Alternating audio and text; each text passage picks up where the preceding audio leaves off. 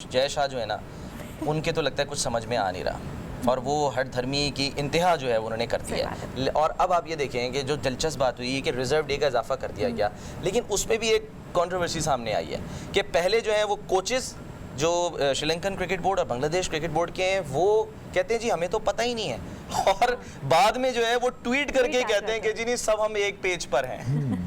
देखिए ये हमेशा से हरदर्मी रही है सलमान भाई भारतीय क्रिकेट बोर्ड की। अगर हम देखें हर इवेंट में, जब चाहे वो एशिया कप हो, चाहे वो आईसीसी इवेंट का मैच हो, वर्ल्ड कप के मैचेस हों, शेड्यूल की बात हो, वेन्यूज़ की बात हो, तो हर जगह इन्होंने प्रूफ किया, अपनी हरदर्मी जो है वो सबके सामने लेके आए।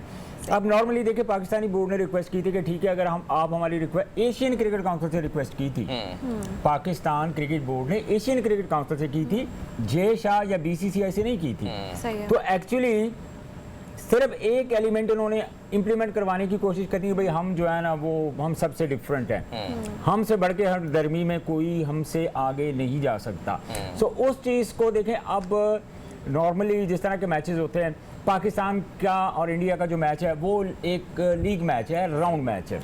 राउंड मैच में कभी भी रिजर्व डे नहीं होता। रिजर्व डे आप स्पेसिफिक फाइनल हो, लाइक सेमीफाइनल हो, जब इस तरह के मैचेस आते हैं तो आपके पास एक रिजर्व डे होता है। बिल्कुल। कि अगर खुदा न खास्ता मैच का फैसला नहीं होता, चूंकि बड़े मैचेस होते हैं, तो नेक्स्ट डे पे जो मैच का बकिया पार्ट है उसको कंप्लीट किया जाएगा। लेकिन यहाँ पे आप देखें ना श्रीलंकन क्रिकेट बोर्ड को एतमाद में लिया, ना बांग्लादेश क्रिकेट बोर्ड को एतमाद में लिया। अब उन्होंने भी ये मुतालबा कर दिया कि भाई अगर पाकिस्तान और इंडिया का जो मैच है अगर उसके लिए आप रिजर्व डे रख सकते हैं तो हम व्हाई नॉट कि हम हमारे लिए क्या प्रॉब्लम है। Exactly. सो ये तो इनकी नेचर है। अब उनको समझ नहीं आ रही जय शाह को, और यहाँ पे बैठ के उनकी कोई स्टेटमेंट है, वहाँ जब पाकिस्तान से निकलते हैं उनकी स्टेटमेंट्स चेंज हो जाती हैं, जैसे अभी ऑफिशियल्स मैच देखने हैं। Exactly. तो ये अगर क्रिकेट ही देखनी है सलमान भाई, अच्छी क्रिकेट हमें चाहिए देखने को, शायकीन भी बहुत इंजॉय करेंगे इस क्रिकेट को। अगर इसको कंप्लीट करना चाहते तो इनको जो अपना एटीट्यूड है चेंज करना पड़ेगा। अदरवाइज होगा मुश्किल काम है वो, जब भी जाहिर सी बात है कि क्योंकि पॉलिटिकल इन्फ्लुएंस होता है हमेशा। जब भी हुआ तलाल हमने देखा वो शरद पवार साहब हों, ठीक है, तो वहाँ पर भी मसला हुआ। वो आपको याद होगा श्रीनिवासन थे, उनके अपने बेटे मयप्पन, वो उनकी बेटी वो करप्शन में मुलव्वस और पता नहीं क्या क्या इल्ज़ामात लगे और कॉन्फ्लिक्ट ऑफ इंटरेस्ट वहाँ पे आया। यहाँ पर अमित शाह ने अपने बेटे को लगा दिया।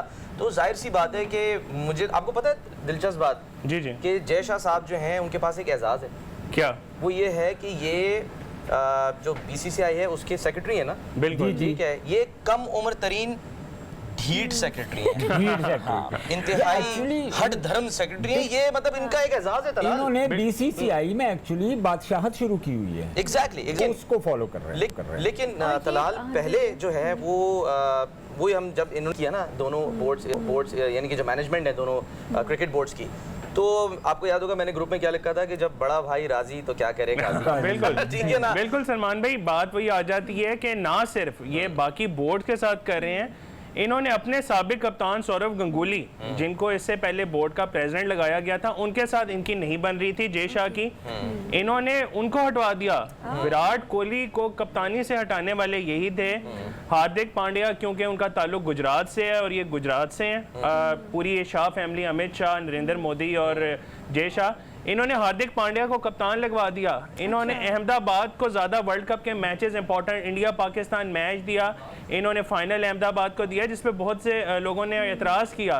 उसकी भी यही वजह है कि ये अपनी हटदर्मी कर रहे हैं। तो ना सिर्फ ये अपने खिलाड़ियों के साथ, अपनी रियासतों के साथ, अपने ग्राउंड, स्टेडियम, हर जगह पे ये अपनी हटदर्मी कायम कर रहे हैं। और जैसे आपने कॉन्फ्लिक्ट ऑफ इंटरेस्ट की बात की, देखिए होम सेक्रेटरी हैं अमित शाह, उनके ये बेटे हैं, इसके अलावा इनकी कोई अचीवमेंट ही नहीं है, और इनको आपने इतना बड़ा ओहदा दे दिया है। ये कहते हैं जी स्क्वाड की अनाउंसमेंट की भी वर्ल्ड कप की मैंने करनी है, वर्ल्ड कप का शेड्यूल भी, एशिया कप का शेड्यूल भी मैंने अनाउंस करना है। तो ये वही बात है कि जिस तरह नरेंद्र मोदी साहब जो है कह रहे थे कि जी जब पहला मैच खेला गया अहमदाबाद के स्टेडियम में तो टॉस मैं करूंगा, तो इंडिया से मजाक उड़ा रहे थे कि शुक्र है इन्होंने रोहित शर्मा को ये नहीं कह दिया कि पहला ओवर भी मैं करूंगा, ओपनिंग बैट्समैन भी मैं हूंगा। तो इस तरह हरदर्मी इनकी हर जगह पे बीजेपी वालों की नजर आ रही है। और हर चीज में इनका जो पॉलिटिकल इन्फ्लुएंस है ना, हर जगह। अब देखें करप्ट प्रैक्टिसेस इतनी ज़्यादा हो चुकी हैं, इसकी थोड़ा अगर पीछे चले जाएं एग्जांपल दूं सलमान भाई, तो आपको याद होगा कि आईपीएल में बहुत ज़्यादा जो मैच फिक्सिंग के जो प्रेसिडेंट थे उस वक्त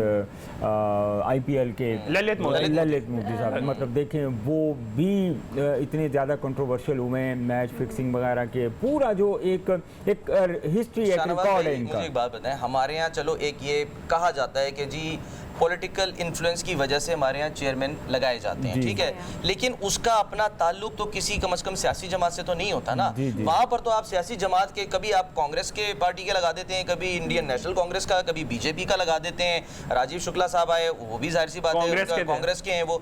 तो आप जब सियासी जमातों के रहनुमा लगाएंगे तो वो तो वहाँ पर अपना मंजन ही बेचेंगे ना। तो और बेच भी रहे हैं, और एक चीज़ का वो नाजायज़ फ़ायदा उठा रहे हैं, और उस चीज़ से मेरा ख्याल है कि आईसीसी जो है वो भी काफ़ी हद तक ब्लैकमेल हो रहा है।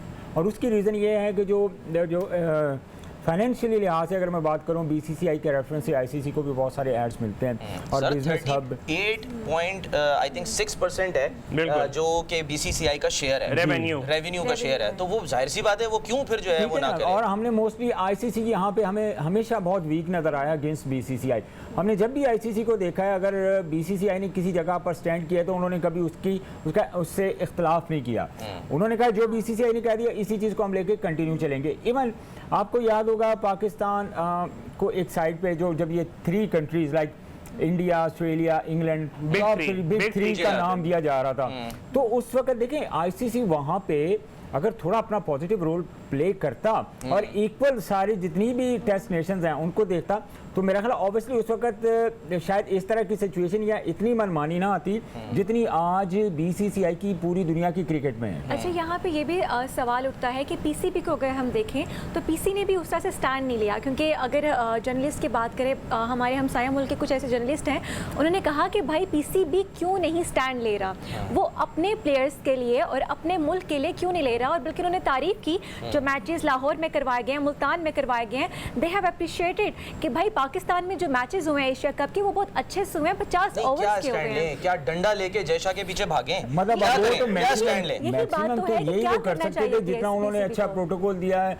मैं पहले जैसे बात कर चुका हूँ सलमान भाई कि ये लोग जब यहाँ पाकिस्तान में थे, ये बीसीसीआई के ऑफिशियल आए हुए थे, इन्होंने कहा कि भाई हम तो अपने आप को किंग फील कर रहे थे, हमें इतना प्रोटोकॉल दिया गया, लेकिन प्रॉब्लम ये है कि ये मतलब मुनाफिकीन में से हैं। लैंड करते ही सबसे लैंड तो नहीं, मतलब यानी कि जैसे ही एंटर होते हैं वो पहला काम क्या करते हैं, वो कहते हैं कि जी हमने सियासत पर कोई बात नहीं करनी, हम खेल देखने आए, हम खेल देखकर चले जाएंगे, और सियासत में जो खेल आप लोग खेलते हैं ना उससे बेहतर शायद कोई नहीं खेलता। यानी इंडियंस की बात होती है। स्पोर्ट्स है, कोई भी स्पोर्ट्स है, मैं तो कभी भी इस चीज़ में की फेवर में नहीं रहा हूँ कि स्पोर्ट्स में आप जो पॉलिटिकल इन्फ्लुएंस है वो हो, लेकिन अनफॉर्चुनेटली हमने देखा है पूरी दुनिया में क्रिकेट हो रही है, ऑस्ट्रेलिया में है, इंग्लैंड में, साउथ अफ्रीका, न्यूजीलैंड, एवरीवेयर जहां भी टेस्ट नेशंस हैं, कभी भी ऐसा कुछ नहीं हुआ। लेकिन वहां हमें ये बीसीसीआई नजर आई है जहां पे उन्होंने कहा कि भाई अगर हमारे पास पैसा है, हमारे पास स्पॉन्सर ज़्यादा है, तो हमारी इजारादारी है जो होनी चाहिए। भाई इजारादारी आप क्रिकेट से लेके आए ना, अपनी टीम इतनी तगड़ी कर लें, बदमाशी नहीं होनी चाहिए जो इंडिया दिखाता है।